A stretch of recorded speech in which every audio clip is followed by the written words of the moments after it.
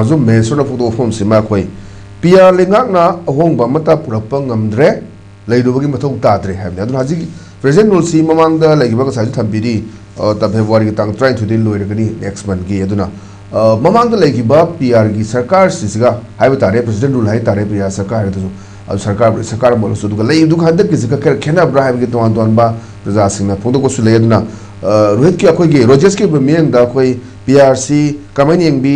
ahong amna purapa ngamde mathou tadre leibagi mathou tadre haiba ELITETVMANIPUR gi national secretary akhoi gi tawnazu mesona photo form se sedi ka form thamini Tawalin ki mesona hai wafam se yamna mayamna phaje haina lawbani ba adubu akhina mesona na khaming ba na mayamna hing se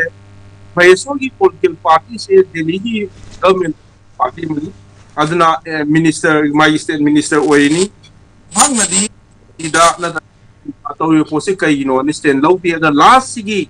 whole government ki Delhi ki alliance da mesona ki president oibasi minister oibani aduna they are also part of this government aduna madugi government dugi part amani madugi responsibility si yauna lei magi leiba president na mana general secretary national general secretary ni adu magi national president na modi da amit shah da government da noina manipur to iba magi lance lephalu adu kuki lalo sing support to si lepu adu su lokhu adu to ta de khoi sarkar da no yaw ngamoi ai khoi si yaroi habi stand di lobu kasu leite ko aduna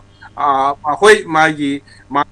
political canoe in Hijab, the Shudum Hijasnu, Adubu Tashengbadi, his party is part of the government.